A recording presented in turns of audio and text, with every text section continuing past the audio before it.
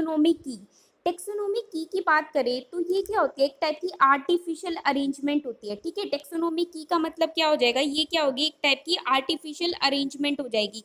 किसकी अरेंजमेंट होती है ये आर्टिफिशियल, ये देखो यहाँ पे टेक्सोनोमी की का मतलब क्या हो जाएगा, ये क्या हो गई, एक टाइप की आर्टिफिशियल अरेंजमेंट होगी। अब हम क्या करेंगे कि प्लांट की स्पीशीज को आइडेंटिफाई करेंगे कि किसकी हेल्प से, टेक्सोनोमिक कैरेक्टर की हेल्प से, टेक्सोनोमी की हेल्प से। जैसे मैंने आप लोगों को प्रीवियस में बताया था ना कि जो आइडेंटिफिकेशन की होती है वो क्या करती है, हेल्पफुल रहती है। ऐसे क्या है कि कुछ टेक्सोनोमिस की है, इन टेक्सोनोमी की को हम क्या कहते हैं कि सिंगल एक्सिस टेक्सोनोमी की, और एक क्या होती है कि हमारे पास जैसे सिंगल एक्सिस हो गई, और एक क्या होती है कि योक्ड सीक्वेंशियल की, ठीक है।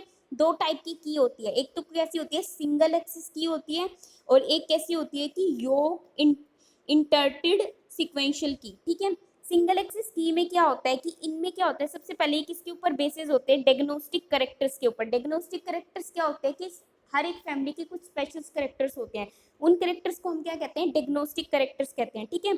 इनको हम क्या कहते हैं, डाइकोटोमस की भी कहते हैं। डाइकोटोमस की का मतलब क्या होता है कि डाई का मतलब दो, मतलब ऐसे दो कैरेक्टर्स को चुना जाएगा जो कि पूरी फैमिली को डिफाइन कर दे, तो उन कैरेक्टर्स को हम क्या कहते हैं, डाइकोटोमस कैरेक्टर्स कहेंगे, ठीक है।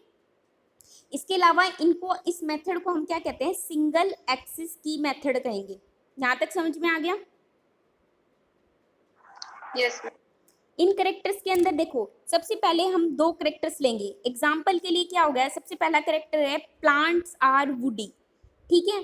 प्लांट आर वुडी और हर्बेशियस, ये क्या होगा, एक करेक्टर्स हो गया। दूसरा करेक्टर क्या है कि जो लीव्स हैं वो कैसे टाइप की है, लीव की वेनिएशन कैसी है, रेटिकुलेट या पैरेलल टाइप की वेनिएशंस है। तो ये दोनों कैरेक्टर्स किसको डिफाइन कर रहे हैं, प्लांट की आइडेंटिटी को डिफाइन कर रहे हैं, ठीक है। डाइकोटोमस का मतलब दो कैरेक्टर्स। दो कैरेक्टर्स कौन कौन से दो कैरेक्टर्स बता दिए, एक तो क्या बता दिया कि जो प्लांट है वो कैसा है, या तो वुडी है, या तो कैसा है वुडी है, या कैसा है हर्बेशियस टाइप का, ठीक है। दूसरा कैरेक्टर्स क्या बताया कि जो हमारे पास लीव की वेनिएशन है वो कैसे टाइप की है, या तो पैरेलल टाइप की वेनिएशन है, या फिर कैसे टाइप की वेनिएशन है, रेटिकुलेट टाइप की वेनिएशन है, ठीक है।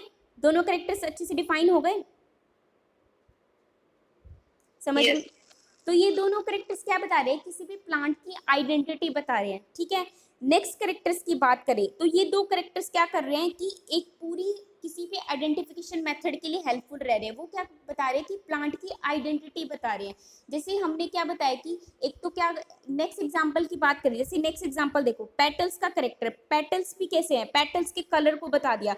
एक करेक्ट, अब पेटल्स का कोई भी कलर बता दिया, जैसे कि ऐसे बता दिया हम लोगों को कि पेटल्स कैसी होती है कि ग्रीन कलर की होती है, डार्क ग्रीन कलर की होती है, और पेटल्स कैसी होती है, अट्रैक्टिव होती है। अगर हम सेपल्स की बात करें तो सेपल्स कैसी होती है, लाइट कलर की होती है, और वो क्या करती है, किस में हेल्प करती है, पोलिनेशन में हेल्प करती है। तो ये भी क्या हो गया कि कुछ आइडेंटिफिकेशन मेथड हो गए जो कि क्या करते हैं कि किसी भी प्लांट को क्या करते हैं कि आइडेंटिफिकेशन करने में हेल्पफुल रहते हैं। लेकिन इस जो ये मेथड है या फिर ये जो ये आइडेंटिफिकेशन की है, इसका एक इम्पोर्टेंट रोल है। क्या इम्पोर्टेंट रोल है, सिर्फ इसमें से एक ही करेक्टर्स को आइडेंटिफाई किया जाएगा, मतलब एक ही करेक्टर को एक्सेप्ट किया जाएगा, दूसरे करेक्टर को रिजेक्ट किया जाएगा, ठीक है। जैसे क्या होगा कि एक ही करेक्टर को किस करेक्टर को एक्सेप्ट करेंगे, देखो जैसे कि यहाँ पे टर्म लिख रखी है, out of the two contradictory statement, जो दो कॉन्ट्राडिक्टरी स्टेटमेंट है हमारे पास, ठीक है। इनमें से क्या हो जाएगा कि सिर्फ एक को ही क्या किया जाएगा, एक्सेप्ट किया जाएगा, और जो दूसरी होगी वो अपने आप रिजेक्ट हो जाएगी, ठीक है।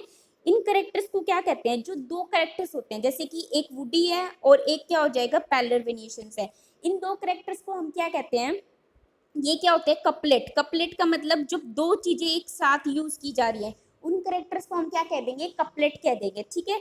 इसके अलावा जिसमें से एक स्टेटमेंट को यूज करेंगे, जो एक स्टेटमेंट हम यूज करेंगे, जिस स्टेटमेंट को सिलेक्ट किया जाएगा उस स्टेटमेंट को हम क्या करेंगे, लीड, LEAD। यहां तक समझ में आया? पहले ये बताओ, ये दोबारा से डिफाइन करूं, बताओ।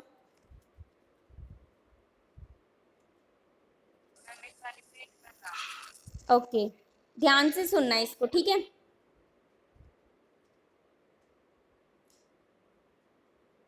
देखो सबसे पहले हम लोगों ने क्या किया कि हम सिंगल एक्सिस की मेथड पढ़ रहे हैं, ठीक है। सिंगल एक्सिस की मेथड के अंदर क्या होता है कि इसमें सिर्फ दो कैरेक्टर्स को क्या किया जाता है, दो कैरेक्टर्स को लिया जाता है।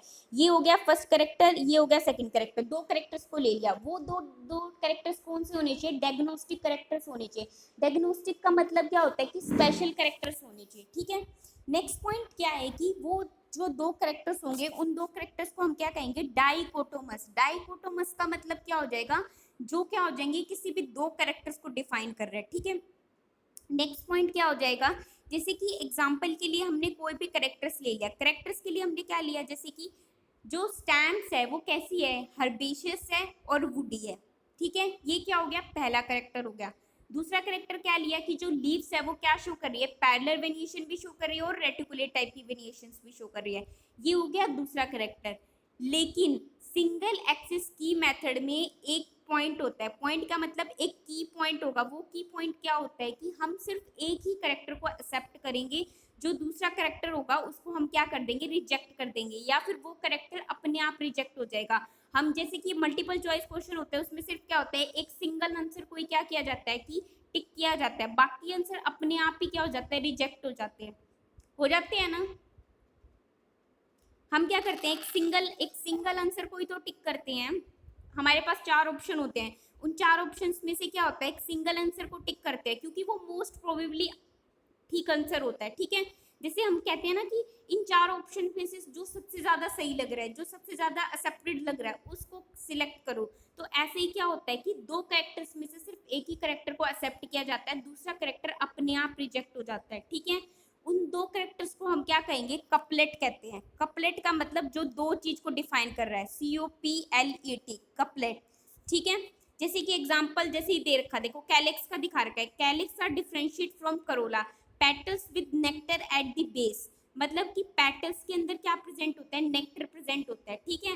किस पे, बेस पे। ये किसका, कौन सी फैमिली का है, रेनिकुलेसी फैमिली का। और एक क्या डिफाइन कर रखे कि petals without nectar at the base, ठीक है। ये किसका हो जाएगा, ये कौन सी फैमिली का दिखा रखा है, एडोनिस। एडोनिस तो मतलब कि क्या हो गया कि सिर्फ एक ही करेक्टर को तो एक्सेप्ट करेंगे। अब आप लोगों को पता है कि रेनिकुलेसी फैमिली के अंदर नेक्टर प्रेजेंट होते हैं, तो आप लोग क्या करोगे, कौन से करेक्टर को एक्सेप्ट करोगे, सिर्फ एक ही करेक्टर को तो एक्सेप्ट करोगे। एसर्शन रीजंस वाले क्वेश्चंस आते हैं तो उसमें क्या दिखाते हैं, यही चीज तो दिखाते हैं कि एक क्या होता है कि क्या वो दूसरे करेक्टर को डिफाइन कर रहा है या नहीं कर पा रहा। अगर डिफाइन करता है तो हम लिख देते हैं कि अच्छा ये स्टेटमेंट ट्रू है, और नहीं डिफाइन कर पाता तो हम ये लिख देते हैं कि ये स्टेटमेंट क्या हो गई, फॉल्स हो गई। तो ऐसे ही क्या होता है कि इनके अंदर क्या होता है, सिर्फ एक ही करेक्टर्स को डिफाइन किया जाता है, वो करेक्टर क्या हो जाता है, एक्सेप्ट हो जाता है, और जो दूसरा करेक्टर हो जाएगा वो क्या हो जाएगा, रिजेक्ट हो जाएगा, ठीक है।